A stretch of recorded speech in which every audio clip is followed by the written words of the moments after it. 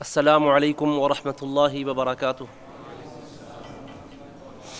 الحمد للہ رب العالمین والصلاة والسلام علی حبیبہ سید الانبیاء واشرف المرسلین وعلی آلہ الطیبین الطاہرین واصحابہ الاکرمین الافضلین وعلی من احبہم وتبعہم باحسان اجمعین الی یوم الدین، اما بعد فأعوذ بالله من الشيطان الرجيم بسم الله الرحمن الرحيم رجال لا تلهيهم تجارة ولا بيع عن ذكر الله، وقال تعالى في شأن حبيبه الكريم إن الله وملائكته يصلون على النبي يا أيها الذين آمنوا صلوا عليه وسلموا تسليما اللهم صل على سيدنا محمد وعلى آله وصحبه أفضل صلواتك وعدد معلوماتك وبارك وسلم۔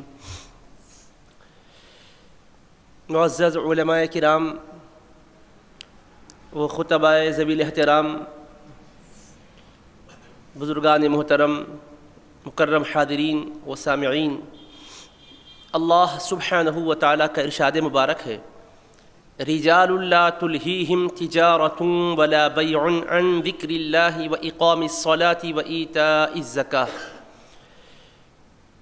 ایسے مردان خدا ہیں کہ جنہیں اللہ تبارک و تعالیٰ کی یاد سے خرید و فروخت اور تجارت غافل نہیں بنا سکتی۔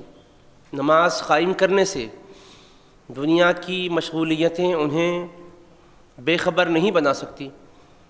ادائی زکوٰۃ سے تجارت اور بیع و شراء انہیں غافل نہیں بنا سکتی۔ احکام شریعت پر عمل پیرا ہونے کے حوالے سے دنیا کے مشاغل انہیں حارج نہیں بن سکتے۔ ایسے بھی اللہ کے بندے روئے زمین پر رہتے ہیں، یعنی دنیا میں رہتے ہیں، معاملات دنیا کے سر انجام دیتے ہیں، مگر ان کو اللہ تبارک و تعالیٰ سے ایسا تعلق ہوتا ہے کہ لین دین بھی کر رہے ہوتے ہیں، لوگوں سے معاملات بھی کر رہے ہوتے ہیں، مگر اللہ کی یاد سے لمحہ بھر کے لیے بھی وہ غافل نہیں ہوتے۔ ظاہری معنی تو اس کا یہ سمجھ میں آتا ہے کہ کاروبار کے وقت کاروبار کر رہے ہیں، تجارت کے وقت تجارت کر رہے ہیں، لیکن فرائض کی انجام دہی کے لیے مستعد ہو جایا کرتے ہیں۔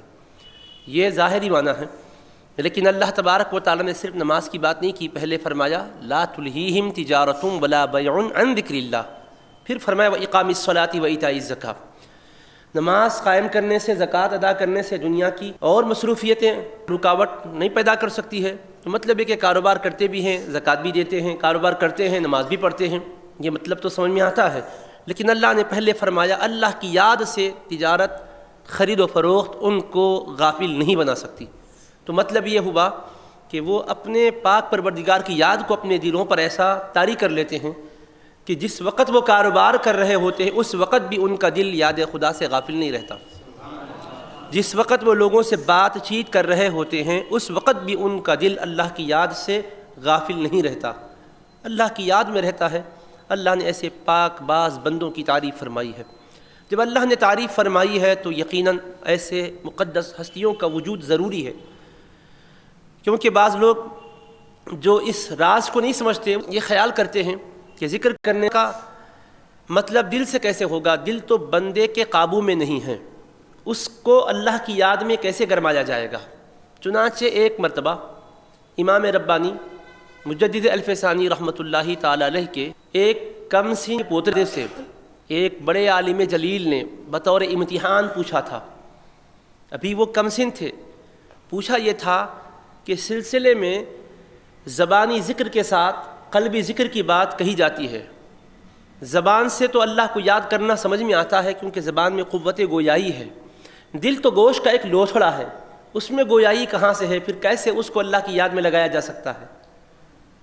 دل سے اللہ کو پکارو، اللہ کو یاد کرو، تو دل تو ایک گوشت کا لوتھڑا ہے، وہ ایک پارہ گوشت ہے، گوشت کی ایک بوٹی ہے، اس کو اللہ کی یاد میں کیسے لگایا جائے، اس سے اللہ پاک کا ذکر کیسے کیا جائے۔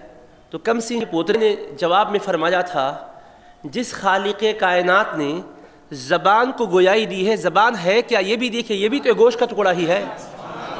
زبان بھی گوشت کا ٹکڑا ہے، زبان بھی پارے گوشت ہے. جو خدا زبان جو پارے گوشت ہے اس کو گویائی دے سکتا ہے تو اسی خدا نے دل جو ایک گوشت ٹکڑا ہے اس کو بھی گویائی دی ہے. جب بندہ اس پر محنت کرتا ہے تو وہ اللہ کو یاد کرتا ہے، اللہ کے ذکر میں مشغول ہو جاتا ہے. تو فرمایا جس ذات گرامی کے وہ امام ربانی مجدد الفسانی رحمۃ اللہ علیہ کے پوترے تھے، تو فرمایا کہ ہاں نبی رائے مجدد کو ایسا ہی ہونا چاہیے.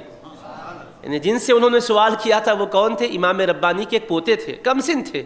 تو اس بزرگ نے پوچھا تھا پوتے سے کہ زبان سے اللہ کو یاد کرنا تب سمجھ میں آتا کیونکہ زبان بولنے کے لیے بنائی گئی ہے، لیکن دل تو گوشت کا لوتھڑا ہے، پارے گوشت ہے، اس کو کیسے یاد میں مصروف کیا جا سکتا ہے؟ وہ حصہ گوشت سے کیسے تکلم ہو سکتا ہے؟ وہ کیسے اللہ کو پکارے گا، کیسے اللہ کو یاد کرے گا؟ تو اس پوترے نے جواب دیا تھا کہ زبان بھی تو پارے گوشت ہے، زبان میں قوت گویائی کس نے دی ہے؟ اللہ نے دی ہے. جس خدا نے زبان میں قوت گویائی دی ہے اسی نے دل کے اندر بھی قوت گویائی دی ہے، اس پارے گوشت میں بھی نطق کو پیدا کیا ہے. بس بندے کو چاہیے کہ اس کو اللہ کی یاد کی طرف متوجہ کرے. جب مشق کرے گا تو وہ اللہ پاک کی یاد میں مصروف رہے گا. جب اللہ کی یاد میں مشغول ہو جائے گا تو یہ آیت مبارکہ اس پر صادق آئے گی، رجال لا تلہیہم تجارۃ ولا بیع عن ذکر اللہ. یہ ایسے مردان خدا ہیں کہ تجارت، مشغولیت دنیا کی، خرید و فروخت، معاملات دنیا کے، اللہ کی یاد سے انہیں غافل نہیں بنا سکتے. انہی مقدس ہستیوں میں انتہائی بلند پایہ ہستی امام ربانی مجدد الفسانی شیخ احمد فاروقی سرہندی رحمۃ اللہ تعالی علیہ کی ہے کہ جنہیں اللہ تبارک و تعالیٰ نے پیدا ہی اس دھرتی پر اس لیے کیا تھا کہ لوگوں کی باطنی طاقتوں کو اللہ تبارک و تعالیٰ کی یاد میں وہ خرچ کریں، اس پر ان کی تربیت کی جائے، ان کی تلقین اور تعلیم کا نظم کیا جائے. حضرت امام ربانی مجدد الفسانی رحمۃ اللہ تعالی علیہ 28 واسطوں سے سیدنا فاروق اعظم خلیفہ دوم رضی اللہ تعالی عنہ کے شہزادے ہوتے ہیں. شیخ الاسلام بانی جامع نظامیہ رحمۃ اللہ علیہ فاروق اعظم کے شہزادے ہیں. امام ربانی مجدد الفسانی رحمۃ اللہ علیہ فاروق اعظم کے شہزادے ہیں. اور حسن اتفاق سے دونوں کے اوپر جو عظیم جد آتے ہیں وہ ایک ہی ہیں. یعنی شیخ الاسلام بانی جامع نظامیہ کا سلسلہ اوپر جا کر امام ربانی رحمۃ اللہ علیہ کے جد امجد سے ہی ملتا ہے، اور ان کا سلسلہ اوپر جاتے ہوئے وہاں سے پھر فاروق اعظم تک پہنچتا ہے. وہ کون ہے؟ شہاب الدین فرخ شاہ کابلی رحمۃ اللہ علیہ شیخ الاسلام کے اجداد میں آتے ہیں، اور فاروق اعظم رضی اللہ عنہ کے یہ وہ شہزادے ہیں کہ امام ربانی کے بھی اجداد میں آتے ہیں، اور حضرت بابا فرید الدین گنج شکر رحمۃ اللہ علیہ کے بھی اجداد میں آتے ہیں کہ کابل کے وہ بادشاہ تھے اور انہوں نے بارہا ہند کا دورہ کیا اور فتوحات ہوئی، غنائم حاصل ہوئے، اور پھر آپ نے بعد میں فقیری کی زندگی گزاری. انہی کی ذریت طیبہ میں سیدنا امام ربانی بھی ہیں، بابا فرید الدین گنج شکر رحمۃ اللہ علیہ بھی ہیں، شیخ الاسلام بانی جامع نظامیہ رحمۃ اللہ علیہ بھی ہیں. تو حضرت فاروق اعظم رضی اللہ تعالیٰ عنہ کے شہزادے ہیں. تو خاندانی اعتبار سے اونچا مقام تو اللہ نے بخشا تھا، لیکن آپ نے باطینی طور پر بڑی محنتیں کی تھیں کہ آپ کے والد بزرگوار حضرت عبد الاحد قدس سرہ العزیز جو قادری، چشتی، سہروردی، کبروی اور دیگر سلاسل میں خلیفہ مجاز تھے، ان سلاسل میں انہوں نے اپنے بزرگوں سے فیض حاصل کیا تھا، اور پھر اس فیض کو پہنچانے کے لیے ان کو خلافت کا عظیم منصب بھی دیا گیا تھا. امام ربانی رحمۃ اللہ علیہ اپنے والد بزرگوار کے ذریعے سے قادری فیض بھی پائے، چشتی فیض بھی پائے، سہروردی فیض بھی پائے. یہ اس لیے میں عرض کر رہا ہوں کہ بعض لوگ یہ سمجھتے ہیں کہ امام ربانی مجدد الفسانی رحمۃ اللہ علیہ نقشبندی سلسلے کے بزرگ ہیں، لہٰذا قادری، چشتی، سہروردی والے حضرات ان کا مبارک تذکرہ کیوں کریں. لیکن پہلے تو اس طرح اگر کوئی کسی ایک سلسلے کے بزرگ ہوں تب بھی یہ نہیں سمجھنا چاہیے کہ جس سلسلے کے بزرگ ہے وہی ان کا تذکرہ کرے، دیگر سلاسل میں اگر شجرے میں ان کا نام نہیں آتا ہے تو ذکر نہ کرے. یہ انتہائی تعصب پسندی کی بات ہے. اولیاء اللہ کسی بھی سلسلے کے ہوں گے مگر وہ سارے کے سارے بارگاہ مصطفیٰ ہی سے فیض پانے والے ہیں، بارگاہ خدا ہی سے فیض پانے والے ہیں، خدا کے بندوں کو فیض عطا کرنے والے ہیں، مصطفیٰ کی امت کو فیض عطا کرنے والے ہیں. اس لیے وہاں تقسیم ایسی نہیں کرنی چاہیے، تمام بزرگوں سے اللہ کی خاطر محبت رکھنی چاہیے. لیکن پھر بھی میں عرض کرنا چاہتا ہوں کہ وہ نقشبندی سلسلے کے ہی بزرگ نہیں ہیں، قادری سلسلے کے بھی بزرگ ہیں، چشتی سلسلے کے بھی بزرگ ہیں، سہروردی سلسلے کے بھی بزرگ ہیں، دیگر سلاسل کے بھی بزرگ ہیں.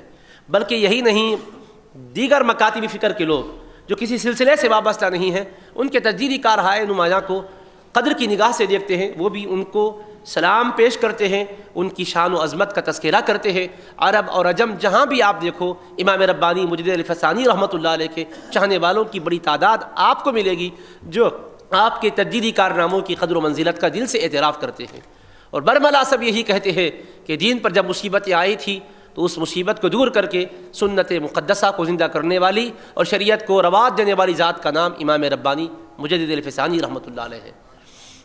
تو حضرت امام ربانی رحمۃ اللہ علیہ تمام سلاسل کے اندر اونچے مقام والے بزرگ ہیں، تو ہر سلسلے کو ان سے فیض پہنچا اور انہوں نے ان سلسلے کے بانیان سے فیض حاصل کیا۔ چنانچہ آپ دیکھیے حضرت پیران پیر غوث اعظم دستگیر رضی اللہ تعالیٰ عنہ مراقبے میں تھے، یاد خدا میں تھے، ذکر و اذکار میں تھے، توجہ اور انابت اللہ کے ذریعے سے خصوصی فیوزات کو حاصل کر رہے تھے۔ اچانک آپ نے مراقبے میں دیکھا آسمان سے ایک نور ظاہر ہوا اور اس کی روشنی پھیل گئی دنیا میں، تاریکیاں مٹنے لگی، ظلمتیں کافور ہونے لگی۔ آپ نے مراقبے میں غور کیا کہ یہ نور کیسا ہے، کس طرح سے ظلمتیں اس سے کافور ہو رہی ہے، تاریکیاں مٹ رہی ہے، ہر سو اجالے پھیل رہے ہیں۔ تو آپ کو بتایا گیا کہ آپ کے 500 سال کے بعد ایک بزرگ وحید امت پیدا ہونے والے ہیں، اور ان کا نام مصطفیٰ علیہ السلام کے نام پر احمد ہوگا، اور اس وقت دنیا میں ظلمتیں پھیل چکی ہوں گی، بدعات پھیل چکے ہوں گے، سنتوں کے انوار سے لوگ محروم ہو چکے ہوں گے، شریعت کو مٹانے کے لیے ایڑی چھوٹی کا زور لگایا جا رہا ہوگا، ہر طرف اندھیریاں چھائی ہوئی ہوں گی۔ تو اس مقدس ہستی سے اللہ پاک سنتوں کے انوار کو پھیلائے گا، قرآن کے انوار کو پھیلائے گا، شریعت کو رواج دیں گے یہ، اور جہاں جہاں ظلمتیں پھیلی ہوں گی ظلمتوں کا خاتمہ کریں گے، وہاں وہاں نور اسلام کو پھیلائیں گے، نور سنت کو پھیلائیں گے۔ اس طرح سے ان سے فیض پھیلے گا۔ تو غوث اعظم رضی اللہ عنہ نے فرمایا کہ میرے 500 سال کے بعد ایک وحید امت شیخ احمد پیدا ہونے والے ہیں۔ آپ پھر مراقبے سے فارغ ہوئے، جو جبہ مبارک پہنے ہوئے تھے آپ تشریف لائے، اس مبارک جبے کو آپ نے اپنے بدن مبارک سے اتارا اور توجہات سے اس کو مالا مال کیا۔ اس کے بعد اپنے شہزادے حضرت عبدالرزاق رحمۃ اللہ علیہ کے حوالے کیا۔ فرمایا بیٹا اس مبارک خرقے کی حفاظت کرنا، ایک امانت دار کے حوالے یہ امانت کرنی ہے، اور 500 سال کے بعد وہ آنے والے ہیں، خاندانوں میں وصیت اور نصیحت کرتے رہنا کہ جب وہ بزرگ وحید امت پیدا ہوں گے تو یہ ہماری نعمت ان کو پہنچا دی جائے۔ چنانچہ آپ کے اولاد امجاد میں ذریت طیبہ میں وہ خرقہ محفوظ رہا، حفاظت کی جاتی رہی، یہاں تک کہ حضرت امام ربانی تشریف لائے تو حضرت شاہ کمال کیتھلی رحمۃ اللہ تعالی علیہ جو حضرت غوث اعظم کے شہزادگان میں ہیں، پھر ان کے پوتے حضرت شاہ سکندر رحمۃ اللہ تعالی علیہ نے حفاظت کی، اور امام ربانی کا جب ظہور ہوا تو وہ خرقہ خلافت غوث اعظم کی طرف سے جو عطا ہوا تھا ان کو عطا کر کے فرمایا ہم نے 500 سال سے اس کی حفاظت کی تھی، اور حضرت غوث اعظم نے آپ تک پہنچانے کے لیے کہا سارے نشانیاں جو بتائی گئی وہ آپ میں پائی جاتی ہے، یہ خرقہ آپ کو بارگاہ غوث مآب سے پہنایا جا رہا ہے۔ تو اس طرح سے وہ غوث اعظم رضی اللہ عنہ سے بھی خصوصی فیض پائے ہوئے ہیں، اور اپنے والد بزرگوار کے ذریعے سے حضرت غریب نواز کا فیض بھی ملا، حضرت شہاب الدین سہروردی رحمۃ اللہ تعالی علیہ کا بھی فیض ملا۔ خود ہی فرماتے ہیں کہ میرا تعلق باطنی طور پر سرور کونین علیہ السلام کی ذات سے مختلف سلسلوں کے ذریعے سے ہوا ہے۔ چنانچہ فرماتے قادری سلسلے میں 25 واسطوں سے رسول کریم علیہ الصلوۃ والسلام سے فیض پایا ہوں، چشتی سلسلے کے اندر میں 27 واسطوں سے امام الانبیاء سے فیض پایا ہوں، اور نقش بندی طریق میں 21 واسطوں سے آقا سے فیض پایا ہوں۔ تو آپ نے اس کو تفصیلات کے ساتھ بیان کیا۔ تو امام ربانی مجدد الفسانی رحمۃ اللہ تعالی علیہ خود نقش بندی بھی ہے، قادری بھی ہے، چشتی بھی ہے، سہروردی بھی ہے، نقش بندیوں کے بھی پیر ہے، قادریوں کے بھی پیر ہے، چشتیوں کے بھی پیر ہے، سہروردیوں کے بھی پیر ہے، اور جو پیروں کو مانتے ان کے بھی پیر ہے، اور جو پیروں کو نہیں مانتے ان کے بھی بزرگ ہے، اس لیے کہ انہوں نے بھی آپ کی عظمتوں کا اعتراف کیا۔ کام آپ نے ایسا کیا کہ جس کسی کو اسلام اور ایمان کا حوالہ دینا ہے اور اپنی پہچان اسلام اور ایمان کے حوالے سے کروانا چاہتا ہے، وہ امام ربانی سے کبھی بھی کترا نہیں سکتا، ان سے کبھی بھی اپنی تعلق کو علیحدہ نہیں کر سکتا، لازماً اس کو کہنا پڑے گا۔ یقیناً ادوار اسلام میں ایک دور وہ بھی آیا تھا کہ دین کے نام پر بے دینی کو روا دیا جا رہا تھا، اور ایک چھوٹے سے مخصوص علاقے میں نہیں بلکہ بڑا بر اعظم اس کی لپیٹ میں آ چکا تھا۔ جلال الدین اکبر نامی بادشاہ جب اقتدار کی کرسی پر بیٹھا تھا، تخت اقتدار پر وہ متمکن ہو چکا تھا، تو وہ ابتدا میں برا تو نہیں تھا، ابتدا میں وہ سنی تھا، بزرگوں سے اس کو نسبت حاصل تھی، وہ نمازوں کا پابند تھا، مراسم اہل سنت اور احکام اسلام پر عمل پیرا رہنے والا تھا، اور اس کو برباد کرنے والے وہ علماء جن کو آخرت مطلوب نہ تھی، دنیا کے مال و متاع کو جو مقصود بنائے ہوئے تھے، خواہش کے غلام تھے۔ ہر دور میں ایسے اسپیکر ہوتے ہیں، رائٹر ہوتے ہیں کہ جن کے پیش نظر ہوتا یہ ہے کہ اپنا مقصد حاصل کیا جائے، کسی کے قریب بھی جاتے ہیں تو مطلب کے لیے، کسی سے تعلق بھی قائم کرتے ہیں تو اپنی ذاتی غرض کے لیے۔ تو وہ حرص و ہوس کے بندے جو علم لبادہ اڑے ہوئے تھے اکبر کے قریب ہوئے، اور اکبر کو انہوں نے دیکھا کہ ایک بادشاہ ہے، اس کی طبیعت میں مزاج میں کیا بات ہے، لوگوں سے ایک مصالحت کا مزاج رکھتا ہے، امن پسندی اس کی طبیعت میں ہے، اس کا ناجائز فائدہ اٹھایا، کہا کیوں نہ ہو سب کو ملا لیا جائے، سارے مذاہب کو ملا لیا جائے، تمام ادیان کو ایک کر لیا جائے۔ وحدت ادیان کے نام پر اس کو یہ بتایا اب اسلام چلنے والا نہیں ہے، کیونکہ 1000 سال کا دور ختم ہونے والا ہے، 990 ہجری آ چکی تھی۔ کہنے لگے اب 10 سال کے بعد 1000 کی تکمیل ہوگی، اور 1000 سال کے بعد ایک بڑی تبدیلی آنی چاہیے، لہٰذا ابھی سے تمہید باندھی جائے، ابھی سے ہم آپ کے ذہن کو آمادہ کر رہے ہیں کہ ایک نیا دین ہونا چاہیے۔ جو شریعت محمدیہ چل رہی تھی اب آگے والے دور میں وہ نہیں چلے گی، حالات بدل گئے، تقاضے بدل گئے، نئی روح پھونکنے کی ضرورت ہے، اب یہ دین چلنے والا نہیں ہے۔ یہ اس کو باور کرایا، جس کے نتیجے میں اس کے ذہن میں بات بیٹھ گئی۔ چنانچہ اس کی مجلس میں وہ سارے علماء رہتے تھے جو مختلف فرقوں کے علماء تھے، ان کے خطبہ تھے، یہاں تک کہ عیسائیوں کو بھی بلایا جاتا تھا،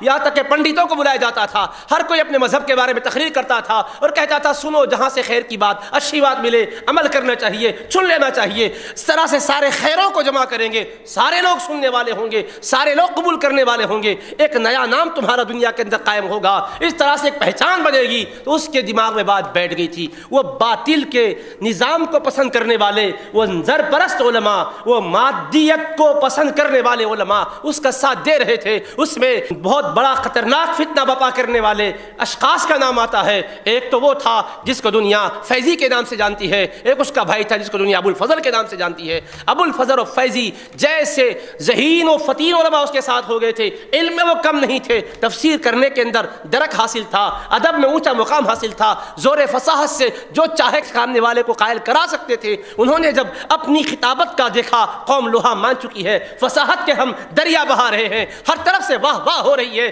ہمارا مرجوع قائم ہو چکا ہے، اور بادشاہ تک ہماری آواز پر کان دھرتا ہے، بغور سنتا ہے۔ تو دیکھا کہ اپنے اس فن کا ناجائز فائدہ اٹھاتے ہوئے اسلام کے خلاف ذہن سازی کرنی چاہیے۔ انہوں نے ذہن سازی کرنی شروع کی اور اپنے مطالب دنیا کی خاطر، اغراض دنیا کی خاطر بادشاہ کے ذہن کو بدل دیا۔ نتیجے میں وہ کہنے لگا کہ نہیں، اب مساجد کی ضرورت نہیں ہے، مندروں کو تعمیر کیا جانا چاہیے، اب شریعت کا نظام چلنے والا نہیں ہے، ایک نیا دین بنانا چاہیے۔ اس کا نام رکھا دین الہی۔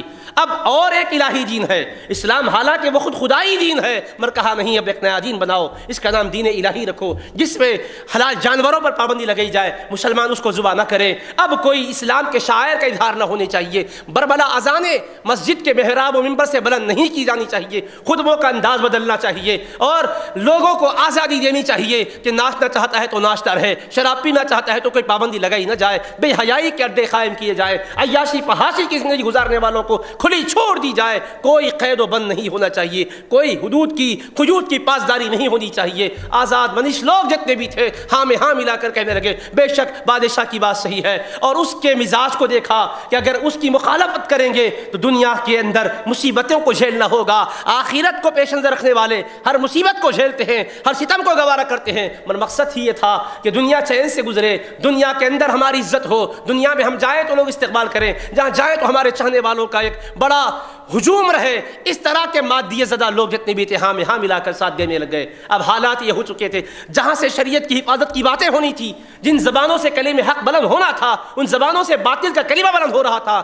عزیزان محترم، مصلحت پسندی کے شکار ہو کر بہت سے لوگ خاموش ہو چکے تھے۔ بعض لوگ خاموش اس لیے ہوئے تھے کہ اس کے خلاف آواز بلند کرنے کی ہمت نہیں آ رہی تھی اپنے اندر، دیکھ رہے تھے کہ آواز بلند کریں گے کاٹ دیے جائیں گے، مار دیے جائیں گے۔ امام ربانی نے ان تمام امور کی پرواہ نہیں کی، آپ نے حق کا پرچم بلند کرنا طے کر لیا اور کھڑے ہو گئے اور کہا ایسا نہیں ہو سکتا، اس فتنے کا خاتمہ کرنا چاہیے۔ اگر آج ہم خاموش رہیں گے یہی اسلام کی تاریخ بنے گی، آنے والے دور میں نبی پاک علیہ السلام کی سنتوں کو ڈھونڈیں گے لوگ نہیں ملے گی، یہی نظام چلنے والا رہے گا، ایسا نہیں ہو سکتا۔ ان کو یاد آ گیا کس طرح اسلام کی حفاظت کے لیے صحابہ نے قربانیاں دی تھی، اہل بیت نے قربانیاں دی تھی، شہادت کے جام کیسے پیے تھے، مصیبتوں سے کس طرح سے گزرا گیا تھا، ساری چیزوں کو دیکھا، غور و خوض کے بعد سوچا کہ انقلاب لانے کے لیے کوشش کرنی چاہیے۔ مگر عزیزان گرامی، ایسے کوشش کریں۔ محلے میں اگر کوئی بچہ شرارت کرتا ہے تو اس کی شرارت سے لوگ بیزار ہوتے ہیں، کوشش کرنا چاہتے ہیں، لیکن اور شرارت کرنے کا خدشہ ہے تو سوچتے ہیں کہ کیسے اس کو خاموش کیا جائے۔ اپنے ہی گھر کے بچے کو نالائق جب بن جاتا ہے تو فکر مند ہو جاتے کیسے اس کو صحیح راہ پر لایا جائے۔ آدمی کوشش کرتا ہے، تدبیر کرتا ہے، لیکن بسا اوقات اس کی تدبیر فیل ہو جاتی ہے۔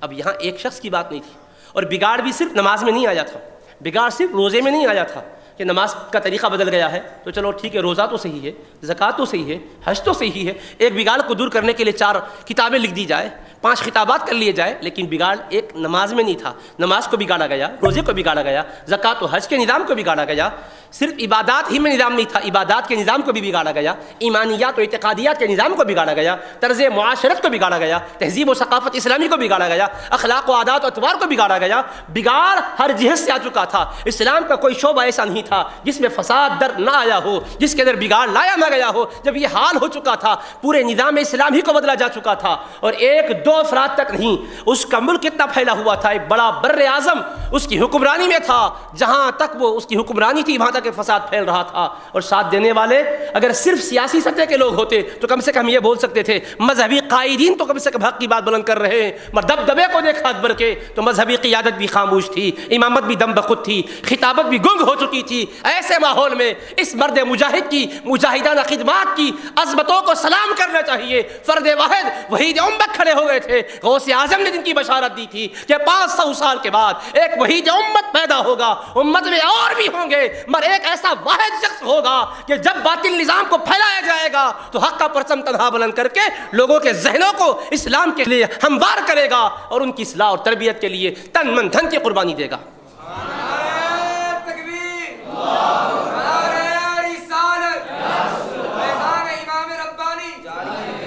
تو امام ربانی مجدد الفسانی رحمۃ اللہ علیہ نے دیکھا اتنے بڑے پیمانے پر بے حیائیاں پھیل رہی ہے، صرف ایک بے حیائی ہوتی تو ہم اس برائی کو ختم کرنے کے لیے کچھ نہ کچھ تدبیر کرتے ہیں۔ ہر جگہ برائی ہو گئی، مساجد کا تحفظ ختم ہو گیا، محراب و منبر کی حرمتیں پامال ہو گئی، قرآن مجید کے کلام اللہ ہونے پر بحث ہونے لگ گئی، اللہ کے الہ واحد ہونے پر بحث ہونے لگی، نبوت اور رسالت کی ضرورت کا انکار کیا جانے لگا، وحی الہی کی عظمت کا انکار کیا جانے لگا، صحابہ و اہل بیت پر حملے کیے جانے لگے، ان پر رقیق شبہات پیدا کیے جانے لگے، اور پھر روحانیت اور تصوف کا نام لینے والوں کا عالم یہ ہو گیا کہ ہم ہی سب کچھ ہے۔ خدا کے جلووں کی بات بتانے والے خود کو خدا ہے کہہ کر پیش کرنے لگے، کے نام پر بے دینی آ رہی تھی، روحانیت کے نام پر الہاد کا سلسلہ چل رہا تھا، علم کے نام پر بے علمی چل رہی تھی، اور عمل سے کوسوں دور ہو چکے تھے۔ ایسے ماحول میں ایک فرد نہیں ہے، کئی افراد ہے، ایک طبقہ نہیں کئی طبقات ہے، ایک چھوٹی سی جماعت نہیں بڑی بڑی جماعتیں ہیں، سارے کے سارے انتہائی تباہی کے دہانے پر جا چکے تھے۔ حق پرستوں کی ہر دور میں ایک جماعت رہتی ہے، لیکن پرچم بلند کرنے کی ہمت اپنے اندر نہیں پا رہے تھے، تو اللہ پاک نے امام ربانی کو اٹھایا۔ ابھی حدیث مبارک رسول کریم علیہ السلام کے سامنے آ گئی، حضور فرماتے ہیں علیہ الصلوۃ والسلام، ان اللہ یبعث لہذہ الامۃ علی رأس کل 100 سنۃ من یجدد لها دینها۔ سنن ابو داؤد میں حدیث ہے، بے شک اللہ عز وجل اس امت میں جب بھی بگاڑ آتا ہے، فساد پھیلتا ہے، دین کے نام پر بے دینی کو رواج دیا ہوتا ہے، تو ایسی ہستیوں کو وجود میں لاتا ہے ہر 100 سال پر جو دین کے اندر درآئی خرابیوں کا خاتمہ کرتے ہیں اور دین کو اس کی اصلی شکل میں پیش کرتے ہیں، احیاء دین کا فریضہ انجام دیتے ہیں۔ تو تجدید دین کا کام کرنے والے ہر 100 سال پر ہر صدی میں پیدا ہوتے ہیں، لیکن یہاں پر 9 صدیاں گزر گئی تھی، 10ویں صدی ہے، 1000 سال ہو رہے، ہر صدی پر آنے والا اس کا فیض بھی صدی کے لحاظ سے ہوتا ہے، مگر 1000 سال کے بعد بگاڑ بڑے پیمانے پر آیا ہے۔ اب 1000 سال کے بعد تجدید کرنے والا وہ 100 سال کا مجدد بن کر نہیں آیا ہے، 1000 روم کا مجدد بن کر آیا، اور تجدیدی کام کا وہ سلسلہ لے کر آیا ہے جس کا فیضان آنے والی نسلوں تک جاری رہے گا۔ آنے والے احیاء دین کا جو بھی کام کریں گے اسی در کی خیرات لے کر کریں گے، کوئی ان کے فیض سے بے نیاز نہیں ہوگا۔ ایسے جامع الکمالات کو اللہ پاک نے پیدا کیا جن کو دنیا مجدد الفسانی کے نام سے جانتی ہے۔ دل میں ڈالا گیا یہ مجدد الفسانی کہہ کر، بے مجدد المیاں نہیں کہا کہ صدی کے مجدد ہے، الفسانی 1000 دوم کے مجدد ہے۔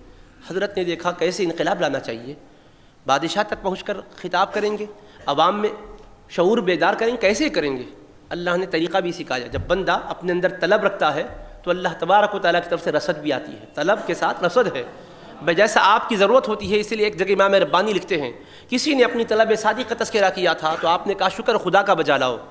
جب کسی چیز کے حصول کی طلب پیدا ہوتی ہے تو گویا مطلوب ملنے کی بشارت بھی ہے کہ اللہ پاک نے طلب کو پیدا کیا. تمہارے دل میں کسی چیز کے حاصل کرنے کا خیال آ جا تو مبارکبادی دیتا ہوں کہ مطلوب بھی مل جائے گا، مقصود بھی مل جائے گا. اس لیے کہ اگر اللہ دینا نہیں چاہتا تو اس کے لیے دل میں مانگ بھی پیدا نہیں کرتا تھا. جو طلب ہوئی تو اس کا مطلب یہ ہوا کہ آپ کا قدم اب منزل کی طرف بڑھنے والا ہے. تو آپ کے دل میں طلب پیدا ہوئی کہ بگاڑ کو ختم کیا جائے تو اللہ کی طرف سے رسد ہوئی، کرم ہوا، راستے بھی سکھائے گئے، طریقے بھی بتلائے گئے. تو آپ نے کیا کیا؟ سب سے پہلے آپ نے دیکھا کہ بادشاہ کے قریب رہنے والے کون ہیں، کیونکہ خرابیوں کو ختم کرنے کے لیے عوامی شعور کو بیدار بھی کرنا ہوگا، لیکن خواص پھر عوام کے گلے کاٹنے لگ جائیں گے. اور عوام کل انعام ہے. اگر کوئی بڑی طاقت دباؤ میں آپ کو لے لے، کسی مجمع میں خطاب کر کے شعور کو جگایا جائے اور اوپر سے کوئی سیاسی اور حکومتی دباؤ پڑ جائے تو پھر کیا ہوگا؟ پبلک اپنے منفعتوں کے لیے، مادی اغراض کے لیے حق کا ساتھ چھوڑ دیتی ہے. تو آپ نے دیکھا کہ ایسا کرنا چاہیے کہ بادشاہ کے مصاحبین تک حق کے پرچم کو بلند کرنے کے لیے کاوش کی جانی چاہیے. تو دیکھا بادشاہ کے قریب رہنے والے کون ہیں، امراء کون ہیں، اس کے مصاحبین کون ہیں، خصوصی دربار میں رہنے والے کون ہیں. ان سے اپنے مراسلتیں قائم کی، ان کے نام بنام مکتوبات لکھے، خطوط روانہ کیے. کیونکہ کسی قاصد کو بھیجیں گے تو قاصد پہنچے گا کیسے؟ آپ کا قاصد جائے گا کسی کے پاس تو پہلے ہی وہ کہے گا آپ یہاں کیوں آئے، کس کو سکھانے آئے ہو؟ آپ نے کہا تحریر تو بھیجنی چاہیے، تو آپ نے قلم کو ذریعہ بنایا. اور اللہ پاک نے اسی قلم کی عظمت کو بتلایا تھا قرآن میں، نون والقلم وما یسطرون. قسم ہے قلم کی اور اس تحریر کی جس کو لکھتے ہیں لکھنے والے. تو اللہ نے قلم کی قسم کیوں یاد فرمائی؟ اس لیے کہ قلم علم کو پھیلانے کے لیے بڑا وسیلہ اور ذریعہ ثابت ہوگا. ہر جگہ زبان نہیں کھولی جا سکتی، جہاں تک تمہاری زبان کی بات نہیں پہنچے گی قلم کی لکھی بھی تحریر وہاں بات پہنچے گی. اسی لیے اللہ پاک نے پہلی وحی میں فرمایا اقرأ باسم ربک الذی خلق، پڑھی اپنے رب کے نام سے جس نے پیدا کیا. خلق الانسان من علق، انسان کو منجمد خون سے بنایا. اقرأ پڑھیے وربک الاکرم، آپ کا رب بڑے کرم والا ہے. الذی علم بالقلم، جس نے قلم سے علم سکھایا. علم الانسان ما لم یعلم، انسان کو وہ علوم سکھائے جو اس کی دسترس میں نہیں تھے، جو وہ جانتا نہیں تھا. تو قلم کو اللہ پاک نے وسیلہ علم بنایا، قلم کی قسم بھی یاد فرمائی، قلم کو ذریعہ علم بنایا. تو حضرت امام ربانی رحمۃ اللہ علیہ نے دیکھا کہ یہاں پر اپنے قلم کو استعمال کرنا چاہیے. اور قلم لکھتے ہیں، قلم پکڑتے ہیں کہاں؟ انگلی کے اندر. شہادت کی انگلی اور انگوٹھے کے بیچ میں قلم ہوتا ہے، تو آپ انگلیوں سے لکھتے ہیں. اور اللہ کے محبوب نے فرمایا من رأى منکم منکرا فلیغیرہ بیدہ فإن لم یستطع فبلسانہ فإن لم یستطع فبقلبہ وذلک ضعف الایمان. حضور پاک علیہ السلام نے فرمایا جو کسی برائی کو دیکھے، دین کے خلاف کسی باطل نظام کو دیکھے تو پہلے اس کو بدلنے کے لیے اٹھنا چاہیے. کس سے بدلنا چاہیے؟ اپنے ہاتھ سے بدلنا چاہیے. ہاتھ سے نہیں بدل سکتا تو زبان سے بدلنے کی کوشش کرے. یہ بھی نہیں کر سکتا تو دل سے برا سمجھے. یہ سب سے کمزور درجے کا ایمان ہے. تو آپ نے دیکھا کہ ہاتھ سے بدلنا چاہیے. اب ہاتھ سے بدلنے کا مطلب کیا ہوگا؟ جہاد اسلامی ہوگا تو ہاتھ میں تلوار ہوگی اور پھر مقابلے کے لیے اٹھ کھڑے ہوں گے. لیکن اس وقت تلواروں سے مقابلہ نہیں ہو سکتا ہے. لہٰذا مسلمانوں میں شعور کو آپ نے جگایا. اے اصحاب قلم، تمہارے ہاتھوں میں بھی اللہ پاک نے قلم تھمایا ہے. حق کے لیے اپنے ہاتھوں کو جنبش دو اور قلم سے لکھو، اسلام کی باتیں لکھو، شاعر اسلام کو پہنچانے کے لیے کاوشیں کرو. چنانچہ سب سے پہلے آپ نے اپنا عملی کردار پیش کیا. آپ نے قلم کو سنبھالا اور حقیقی مضامین کو لکھا اور بادشاہ کے مصاحبوں تک اپنا پیغام پہنچایا اور بڑے پیار سے ان کو سمجھایا. ان کا جو منصب تھا اس کا خیال کیا، جو عہدہ تھا اس کی مناسبت کا لحاظ کیا، اس کے لحاظ سے ان سے کلام کیا. بھئی حکمرانوں کو اگر عامیانہ انداز میں تم مخاطب کرو گے تو ان کے نفس کو ٹھیس پہنچے گی. ہو سکتا ہے کہ آگے کا مضمون نہیں پڑھیں گے، غصے میں آ کے پھاڑ کر پھینک دیں گے. آپ نے ایسا نہیں کیا. بڑے پیار سے، بڑی ملاطفت سے خطوط لکھے. ان کے منصب کے اعتبار سے ان سے آپ نے مراسلت کی اور ان کے عہدوں کا پاس و لحاظ رکھا. اس کے ساتھ ساتھ شریعت غراء کی طرف ان کو توجہ دلائی. کہا اب کیسا وقت آ چکا ہے، عجیب حال ہے. شاعر اسلام کو مٹایا جا رہا ہے، باطل نظام کو فروغ دیا جا رہا ہے. باطل کے پرستار جو چاہے کریں، انہیں اجازت ہے، لیکن حق پر عمل کرنے والوں کے لیے آج سختی ہو چکی ہے. اللہ کی وسیع کائنات ان بندوں کے لیے سخت تنگ ہو چکی ہے جو اللہ کا پرچم بلند کرنا چاہتے ہیں. یہ کتنی بڑی تبدیلی آ چکی ہے. ایسے موقع پر ہم کیا حق کے لیے کچھ کوشش نہیں کر سکتے، موقع کی نزاکت سے حق کی بات بتاتے رہو، کان پر حق کی بات ڈالتے رہو۔ ایک بیک اگر کوئی بات نہیں بتا سکتے تو جیسا جیسا موقع مل رہا ہے بتاؤ۔ خدا نے تم کو وہ منصب دیا ہے، اگر تمہاری تھوڑی سی کوشش کی وجہ سے ایک سنت کو احیا مل جائے، ایک مٹا ہوا طریقہ جاری ہو جائے، تو کروڑوں روپی اللہ کی راہ میں خیرات کرنے سے افضل ہے۔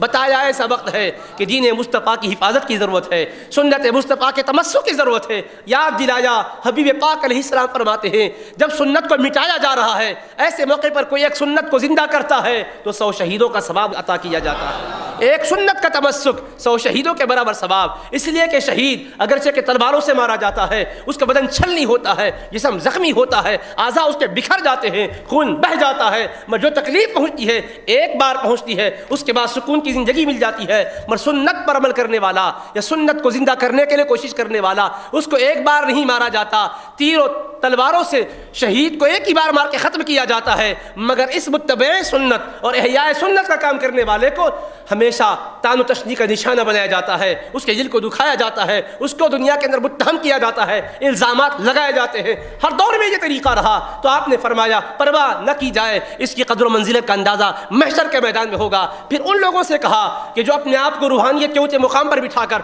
سمجھ رہے ہیں کہ شریعت پر عمل کی ہمیں ضرورت نہیں ہے، عوام کو ضرورت ہے، نماز کی پابندی کی ہمیں ضرورت نہیں ہے، پہلے وہ خود آزاد بن گئے، بادشاہ کو آزادی کی دعوت دینے لگے، کہا سنو، ایک فرض کو ادا کرنا، فرض کو اس کے وقت پر ادا کرنا، اس کے مقابل 1000 برس نوافل پڑھنا، تو آپ فرماتے 1000 برس نوافل پڑھے جائیں، ذکر و اذکار کیے جائیں، مراقبہ مشاہدہ کے سلسلے میں محنتیں ریاضتیں کی جائیں، وہ ایک طرف ہے، ایک فرض کو اس کے وقت پر ادا کرنا اس سے بڑھ کر فضیلت رکھنے والا عمل ہے۔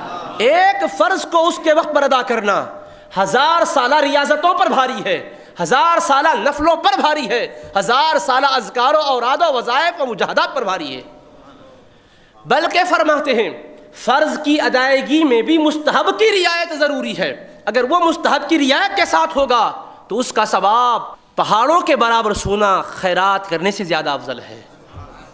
مثال دے کر سمجھایا، زکوٰۃ جس پر مقرر کی گئی ہے اس میں سے ایک دانہ خیرات کرتا ہے اور اس کے مقابل ایک بندہ پہاڑوں برابر سونا خیرات کرتا ہے، تو کہا پہاڑوں برابر نفل سونا خیرات کرنا اتنا اجر و ثواب والا عمل نہیں جتنا کہ زکوٰۃ فرض میں ایک دانہ، ایک درہم، ایک رتی بھی اگر ہے تو اس کو خیرات کرنا وہ پہاڑ برابر سونے سے افضل ہے، کیوں وہ نفل ہے، یہ فرض ہے۔ پھر فرمایا اس کو بھی تم اگر مستحب کے ساتھ ادا کرو گے، مثال کے طور مستحقی کو زکوٰۃ دینا ہے، لیکن فضیلت کس میں ہے کہ اپنے قریبی رشتہ داروں میں جو مستحق ہے اس کو دیا جائے، تو مستحق کو دیں گے کہیں بھی ہوگا، لیکن اپنے عزیزوں میں کوئی مستحق ہے تو اس کو اگر دیں گے تو فرض ادا پہلے بھی ہوگی اب بھی ہوگی۔ زکوٰۃ فرض کے طور پر پہلے بھی ادا ہوگی کسی مستحق کو دیں گے تو، لیکن اب کیا کیے مستحق میں بھی کس کا لحاظ کیے، جو قریبی رشتہ دار ہے اس کا لحاظ کیے، تو وہ مستحب تھا، فضیلت کا عمل تھا، فرض نہیں تھا، مگر اس کا ثواب بھی پہاڑوں برابر ہے فرمایا۔ تو ایک ایک مستحب کی رعایت پر توجہ دلائی، کہا اگر کوئی شخص ہواؤں میں اڑ رہا ہو اور پانی پر تیر رہا ہو لیکن ایک مستحب اگر چھوڑ دیتا ہے تو اس کے عمل کے ہمارے پاس جو کے برابر قدر و قیمت نہیں ہے۔ مستحبات کی رعایت ہو، سنت و فرائض مٹائے جا رہے تھے، فرائض کی حفاظت کرنی چاہیے، سنتوں پر زور دیا، مستحبات پر زور دیا کہ سنت کا اہتمام ہو، مستحبات کا اہتمام ہو، فرائض کی حفاظت ہوگی، تو ہر فرض کو اس کے وقت پر ادا کیا جائے۔ اسلام اور ایمان کی شمع کو جلانے کے لیے آپ نے ان کو توجہ دلائی، کہا کہ اسلام پر عمل کرنے کے لیے جو مشکلات آ رہی ہے ان مشکلات کا مقابلہ کیا جائے اور اسلامی احکام پر عمل آوری کا اہتمام کیا جائے۔ ذہن و فکر کو آپ نے لوگوں کی جھنجھوڑا، ہر ایک کے نام مکتوبات روانہ کہ ایک نہیں دو نہیں 3 دفتر ہے مکتوبات، دفتر اول میں 313 مکتوبات ہیں، دفتر دوم میں 99 مکتوبات ہیں۔ شرکائے بدر کی تعداد کتنی ہے؟ 313۔ شرکائے بدر کی تعداد کے اعتبار سے بدر میں شریک ہونے والے صحابہ 313، تو پہلے دفتر میں آپ کے مکتوبات بھی 313 ہیں۔ دفتر دوم میں مکتوبات آپ کے 99 ہیں، اللہ کے مبارک اسماء حسنہ کتنے ہیں؟ 99 ہیں، اس کے لحاظ سے دوسرا آپ کا دفتر رہا مکتوبات کا۔ اور تیسرے دفتر میں مکتوبات آپ کے کتنے تھے؟ قرآن کی صورتیں کل کتنی ہیں؟ 114 صورتیں ہیں، تو دفتر صوبہ میں مکتوبات بھی 114 ہے۔ تو اس طرح سے آپ نے مکتوبات کے سلسلے جاری کیے اور وہ مکتوبات نے اتنا اثر پیدا کیا، اتنا اثر پیدا کیا، دلوں کی ظلمتیں کافر ہونے لگی، دلوں میں اجالا آنے لگا. کیوں؟ سامنے آدمی ہو بول رہا ہو تو کبھی کچھ نہ کچھ اس کو غصہ بھی آتا ہے. مکتوب سامنے ایک بار پڑھے گا، دوبارہ پڑھے گا، 12 پڑھے گا، تو اس کے دل میں ایک قسم کی تڑپ پیدا ہوگی کہ آخر میں کیا کروں. آخرت یاد دلائی، شریعت غرہ کی عظمت کا احساس دلایا، نبی پاک علیہ السلام کے احسانات یاد دلائے، اللہ کی نعمتوں کو یاد دلایا، اور اس کے بعد آپ نے جھنجھوڑا تو دیکھتے ہی دیکھتے انقلاب کے لیے ایک سلسلہ شروع ہو گیا، آغاز ہو گیا تحریک کا. اور پھر وہ اکبر تو اپنے انجام کو پہنچ گیا.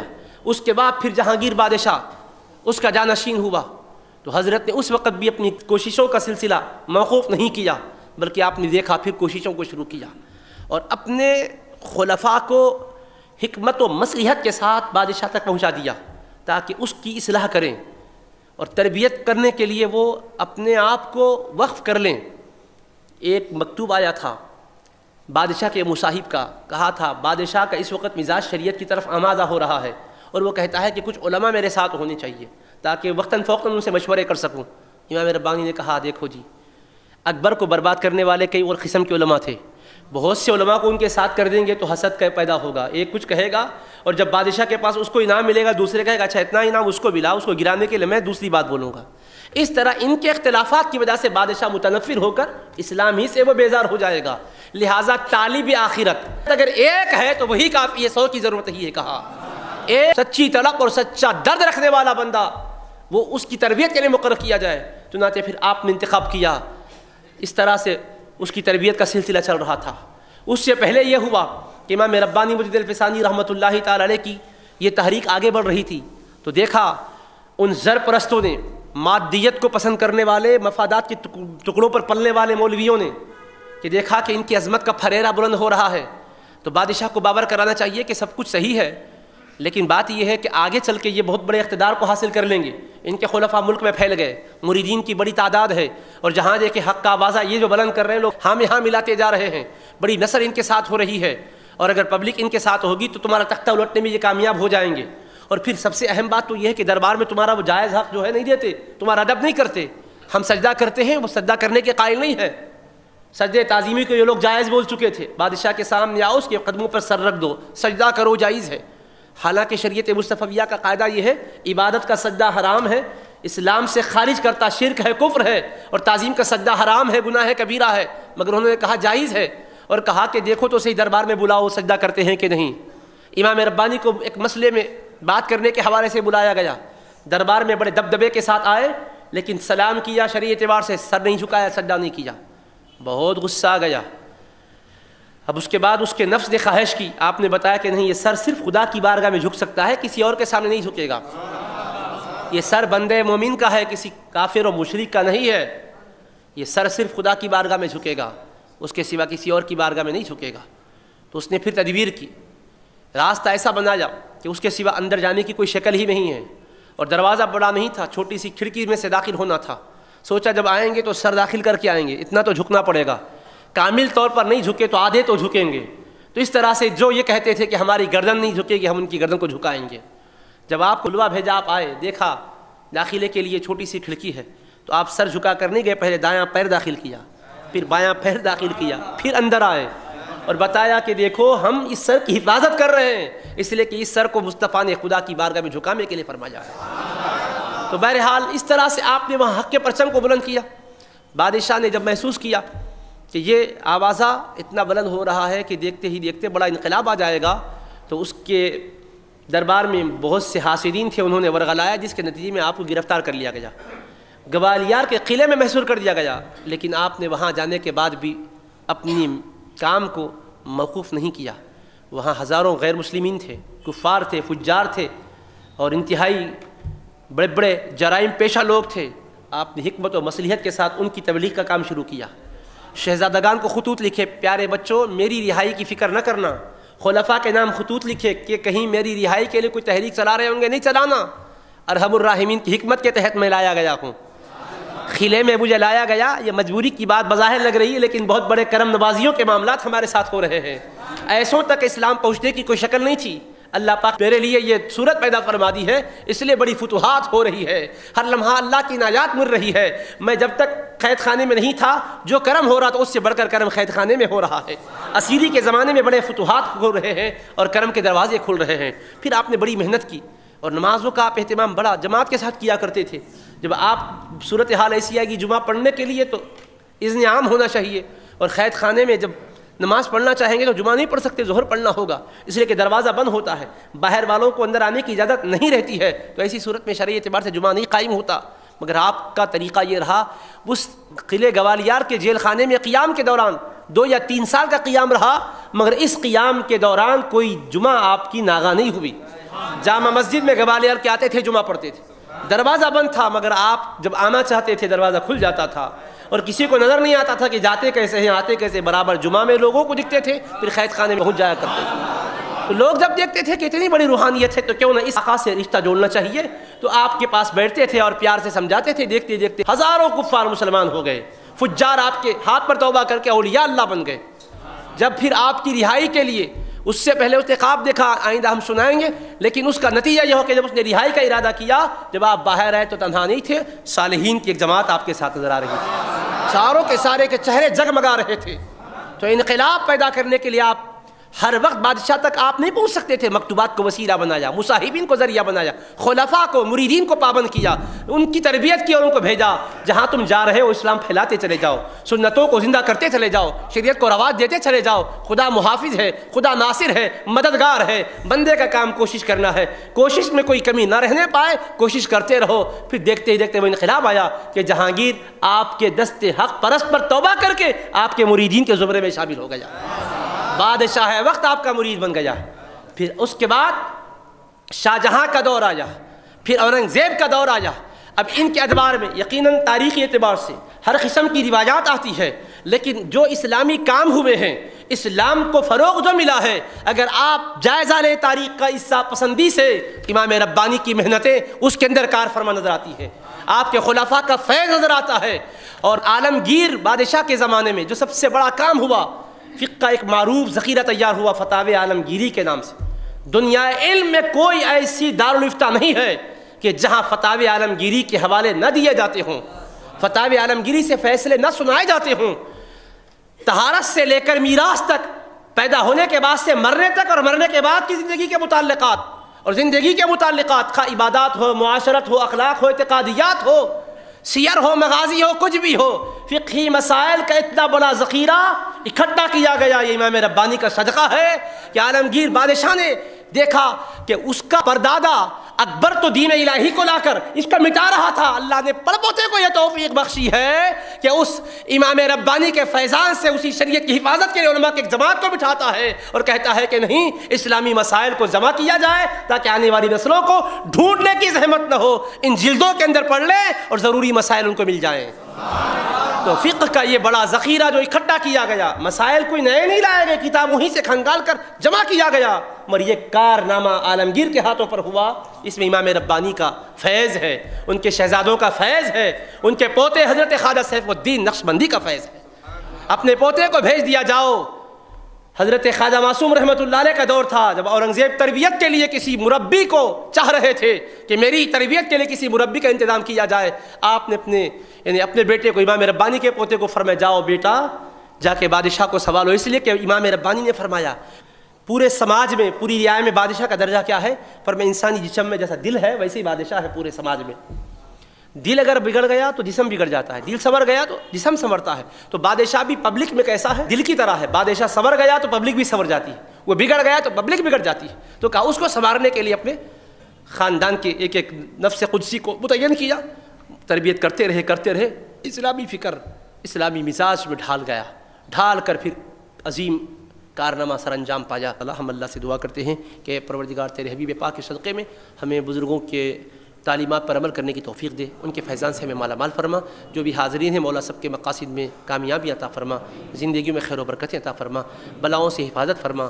اے اللہ، اولیاء کے طریق پر ہمیں چلا، ہمارے دل کو منور فرما، روح کو ہماری تازگی عطا فرما، عشق و محبت سے لبریز فرما، ہر بلا اور وبا سے بچا لے، اولاد کو آنکھوں کی ٹھنڈک بنا، بزرگوں کا سایہ سلامت رکھ مولا، علم اور عرفان کی شمع روشن کرنے کی ہمیں بھی توفیق عطا فرما، ہمارے ماحول میں اللہ نور پیدا کر دے، ہمارے گھروں میں اجالا پیدا فرما دے، سب کو اپنے محبوب پاک علیہ السلام کا سچا امتی بنا، اپنا وفادار بندہ بنا، اولیاء کرام اور صلحاء اعظام کا عشاق اور شہدہ بنا، ان کے سلاسل کے فیضان سے ہمیں فیضیاب فرما، قیامت میں مولا شفاعت مصطفیٰ علیہ السلام کی خیرات ہمیں نصیب فرما، اولیاء اور صلحاء کے صدقے میں مولا ہماری دین و دنیا کو سنوار دے، وصلی اللہ تعالی علی خیر خلقہ وآلہ وصحبہ اجمعین، الحمد للہ رب العالمین۔